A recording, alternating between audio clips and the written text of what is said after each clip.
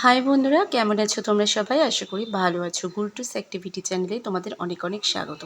আজকে আমার একটা প্রিয় মাছের ঝোল আমি তোমাদের সঙ্গে শেয়ার করছি, যেটা হচ্ছে ভেন্ডি দিয়ে মাছের ঝোল। আমি কিন্তু গরম ভাতে এই মাছের ঝোলটা খেতে খুবই ভালোবাসি। তো তার জন্যে আমি দেখো বড় সাইজের 3 পিস কাতলা মাছের পিস নিয়ে নিয়েছি। তো তাতে আমি লবণ হলুদ মাখিয়ে নিচ্ছি, আর কচি কচি ভেন্ডি আমি কিন্তু আগেই কেটে রেখেছি। তো এরপরে আমি ভালো করে লবণ হলুদটা মাছে মাখিয়ে নিয়ে কড়াইতে সর্ষের তেল গরম করে নেব। নিয়ে এক এক করে কিন্তু আমি মাছের টুকরোগুলো ছেড়ে দেব। তো এখানে দেখো মাছের টুকরোটা আমি ছেড়ে দিয়েছি। আর এই মাছের ঝোলটা কিন্তু যেমন সবজিও থাকছে আর মাছও থাকছে, এবং অনেকেই মানে খায় না আর কি, সবজি দিয়ে মাছের ঝোল বলে ভালো লাগে না, কিন্তু এইভাবে তোমরা কিন্তু একবার অবশ্যই ট্রাই করে দেখতে পারো। আশা করি তোমাদের কিন্তু খুবই ভালো লাগবে, কারণ আমার তো ভীষণই ভালো লাগে। আমার পছন্দের একটা মাছের ঝোলের মধ্যে অন্যতম। তো যাই হোক, আমি মাছটাকে এপিট ওপিট করে ভেজে নিচ্ছি, একটু লাল করেই আমি ভেজে নিয়েছি।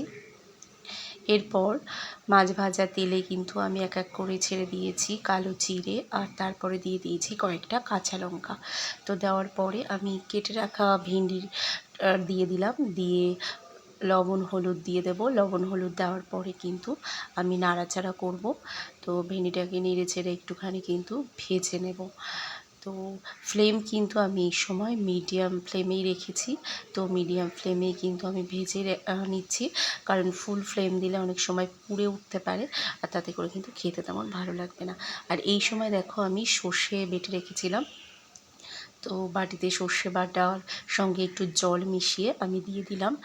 আর আর তারপরেও কিন্তু যেটুকু ঝোল আমি বানাবো, মিডিয়াম ঝোলই বানানো হবে, কারণ বেশি ঝোল দিলে কিন্তু তরকারির টেস্ট কমে যায়। তো তার জন্য আরও এক বাটি জল আমি অ্যাড করে দিয়েছি। দেওয়ার পর ঝোলটা যখন ফুটে উঠবে, সেই সময় কিন্তু আমি মাছের টুকরোগুলো এক এক করে দিয়ে দেবো।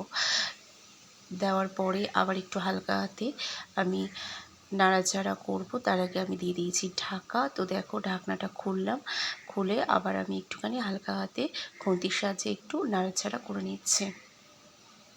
তো দেখো এরপরে কিন্তু আর একটুখানি ঢাকা দিয়ে আমি ফোটাবো কিছুক্ষণের জন্যে, কারণ আর একটু ঝোল কমবে। তো দেখো আর একটুখানি কিন্তু ফুটিয়েও নিয়েছি, আর তৈরি হয়ে গেছে কিন্তু দুর্দান্ত স্বাদের মাছের ঝোল।